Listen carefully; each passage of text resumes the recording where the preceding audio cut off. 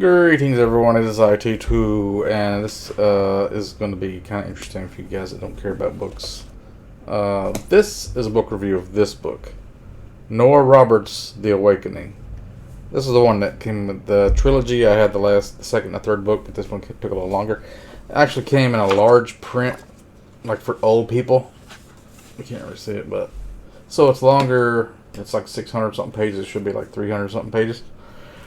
I gave it 3 stars. My mom wanted me to read this because she's a big Nora Roberts fan, and this is one of the fantasy type series she has.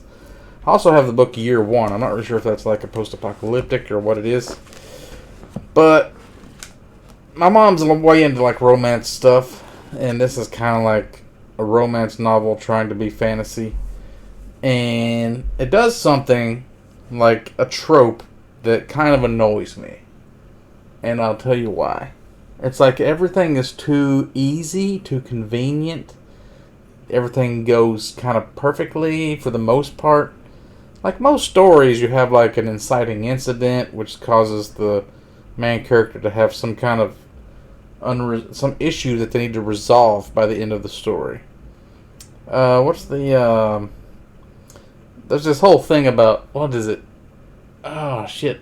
Dan Harmon was always talking about it, like the meeting the goddess and the Joseph Campbell kind of thing, the hero's journey, you know, all this kind of crap.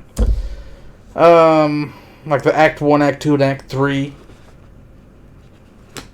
Kind of like Star Wars. Star Wars is a good example of the hero's journey. But anyway, a lot of times people make their main character kind of overpowered by giving them a lot of money and wealth. They'll make them rich, so that they can justify making them do kind of whatever they want, and then making it a little more like a sandboxy playground for the character. Instead of giving them like hardships and things they have to overcome, it's more about just la-di-da, I'm on a fairy tale fancy trip through a mystical land, which is what this is. There is like this evil character that kind of comes to her in dreams, and I guess you'll see bad stuff happen in the second or the third books or something. But in this book, pretty much, it's just bad dreams. She gets attacked a couple of times, and she gets saved by this muscly guy, kind of like all the Harlequin romance novels have that Fabio guy. It's kind of like one of those kind of characters, you know, just he can do everything, and he's got magic, and he rides a dragon, and he has a sword and a staff, and he's like the leader of these... What do you even call it? It's like a world beneath our world. See, the cover is like the city, a modern-day city, and then flip it upside down, it's like this fantasy land version of Ireland where magic exists, and elves and dragons, pixies. People have wings. Some of them can fly. Some of them are wares. They turn into like animals, and it's just like it's too predictable. It's too like it's like watching a Hallmark movie. There's a couple of sex scenes in it at the beginning of the book.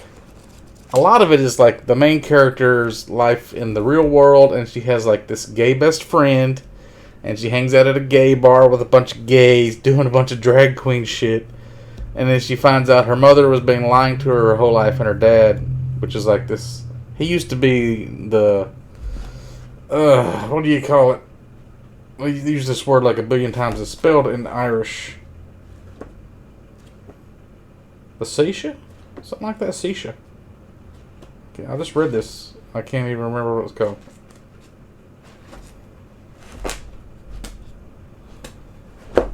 Something like that. Anyway, her dad had left her a bunch of money, like $4 million pretty much. So this, all of a sudden she's a millionaire. She was like a teacher. She had all this debt. She didn't like her life. She thought she was less than she was, and then she finds out she's a millionaire. And then she starts like becoming a writer, which she always wanted to do. Like Nora Roberts is a writer. That's another meme that I don't like. When writers write about writing, or like all the main characters writers write about are writers, or they love books. Like Stephen King writes a lot. Like Misery was about a writer. There's a lot of them. Anyway, the thing about the main character having a lot of money and being overpowered. Examples: Batman. He's got all the money in the world. He can buy all this crazy equipment and gear to fight crime. Tomb Raider. She was like a millionaire, just goes on adventures because it's fun. Richie Rich. Just like a rich kid who can do whatever. And It's like all these characters have shitloads of money, and anything they want to do, they could justify it. So you don't have to worry about figuring out how they're going to get out of situations. That's why I love like Name of the Wind so much, because he's broke most of the time and he's trying to like scramble up from nothing, and you kind of see how much money he has all the time and how he's like trying to like save up money so he can buy a better instrument so he can get his little silver flute or the pipes thing, and like he's got to pay for all of his school, and it's like you got to worry about him. You got like tension. If somebody's rich as fuck, there's no tension. It's boring. Anyway, she learns to do magic and stuff, and she can like light fires with her hands or just her mind, or she can, I don't know, conjure these wraiths and practice fighting them. And she gets kind of muscly and like, it's just not really much to this. I mean, I don't know. It also doesn't seem like, for Nora Roberts, she writes also as J.D. Robb. So she has like 200 different books, I think. She like writes so much. The quality has to suffer when you write that much, I feel like. And this doesn't seem like somebody that's a really good writer. It's like somebody that writes prolifically because it's more financially beneficial to like get as many books out there and then make money off of suckers.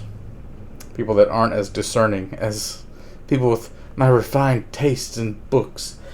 To give you an example of a book that does a good main character. See, this one.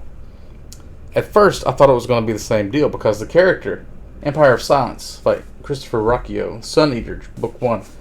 Everybody says this is like really, really good. Tudor Ramble said it was like Name of the Wind in space. It's got a little bit of a Red Rising feel. I'm only like 130 pages in. But anyway, the main character, he starts out, he's the son of a lord of a planet. He's filthy rich. He's supposed to be next in line to take over for his father. And so it feels like it's going to be kind of the same deal. It's going to have too easy of a life, right? But he's got this younger brother that it seems like his father prefers over him because he's not as ruthless and he's not kind of like evil like his brother is. Like his father thinks you have to rule with fear. And he doesn't believe in that because like they're a uranium mine and they're letting all these workers die from radiation poisoning and they don't want to give them better equipment because it's expensive and all this kind of stuff.